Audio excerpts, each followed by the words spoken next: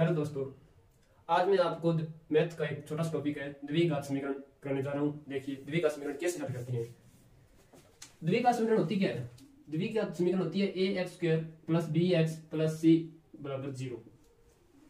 जो A X square plus B X plus C बराबर 0 के पदों में हो उसे द्विघात समीकरण कहते हैं। इसकी घात कितनी जगह की एक्स की घात 2 है, यहाँ पे कितनी है 1 है। जितनी घात होगी उतनी द्विघात समीकरण कहलाती है इसकी कारण। तो इसके अंदर क्या होते हैं, इसके एक्स के दो मान आते हैं, इसीलिए दो मान आते हैं, एक मानो अल्फा एक मानो बीटा।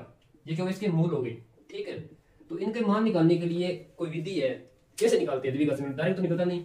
तो इसका एक तरीका है, इसके दो मान निकालने के लिए एक्स अल्फा और बीटा मूल निकालने के लिए सूत्र होता है minus B plus minus root B square minus 4ac upon 2a। एक तो ये फॉर्मूला होता है, ठीक है, जो एक्स का मान निकालने के लिए दोनों मूल निकलते हैं, एक्स अल्फा और बीटा दोनों निकल जाते हैं, ठीक है। एक डायरेक्ट हम क्वेश्चन करते हैं, जैसे मान लो आपको द्विघात समीकरण का मैं क्वेश्चन करता हूं। क्वेश्चन लिया मैंने, मान लो 3x स्क्वायर प्लस 2x बराबर 0। मैंने इसके अंदर दो ही पद लिए हैं, 3x स्क्वायर प्लस 2x बराबर 0।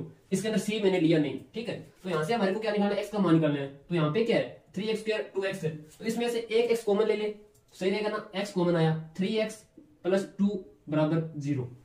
अब इस पद को इस 0 के बराबर करना है, ठीक है। तो 3x प्लस 2 बराबर 0, यानी x का मान यहां से क्या आ गया -2/3, और दूसरा क्या आ गया x बराबर 0। तो उसका कोई रोल ही नहीं है, वो तो 0 ऑटोमेटिकली, क्योंकि दोनों को बराबर करना इक्वल। तो यहां से x के मान आ गए, एक तो x बराबर -2/3, एक आ गया x बराबर 0। तो ये इस द्विघात समीकरण के दो मूल हो गए, एक तो x बराबर -2/3 और x 0, ठीक है। तो ये साधारण तरीके से किया मैंने।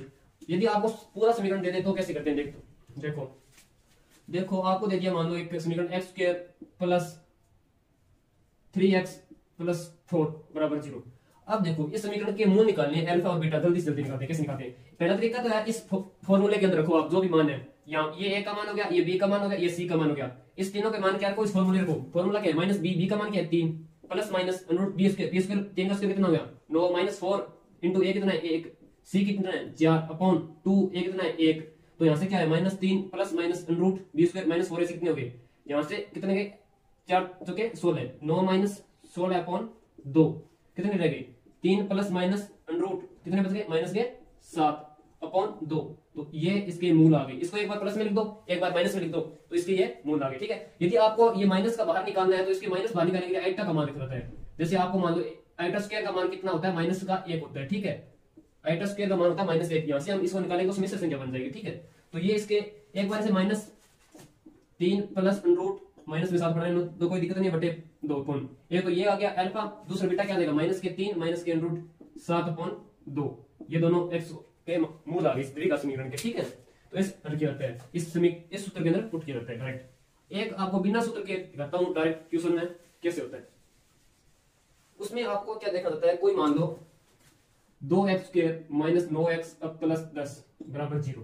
इसके अंदर क्या बन रहा है, हमारे को अब दे दिया यहाँ पे 2x यहाँ पे 10, तो हमारे को इनको गुना करो, गुना करें तो 20 बन रहे हैं ना। अब इसका देखो कोई फैक्टर है क्या, 3 9 का कोई फैक्टर है क्या, तो गुना करें 20 आए, जोड़ घटाव करें 9 आए। तो यहाँ पे आपको फैक्टर देखना है 20 के, गुना करें 9 आवे और माइनस के, और जोड़ घटाव करें, गुना करें तो 20 के आए और जोड़ घटाव करें तो माइनस के 9 आए। 4 × 5 5 हो गए 20, और इसके माइनस लगा दिया, इसके माइनस लगा दिया, तो माइनस माइनस प्लस के 20 आ गए, ठीक है। तो 2x स्क्वायर माइनस के 5x माइनस के 4x प्लस के 10। यहाँ से क्या आया, यहाँ इस जोड़े को पास रख लो, इस जोड़े को पास रख लो, तो 2x कॉमन आ गया, तो कितना बचा x माइनस, यहाँ से कितना बचा, यहाँ से बचकर 2, ठीक है। यहाँ से आया 5 कॉमन, तो x माइनस 2, ये दोनों सेम होने चाहिए हमेशा, ठीक है। ये सेम है, तो x माइनस 2 और एक क्या गए 2x माइनस 5 बराबर 0। तो यहाँ से दोनों के मान x के मान है तो इक्वल 0 बराबर रखते हैं दोनों। एक तो x बराबर 2 आ गया, एक x बराबर कितना आ गया 5/2।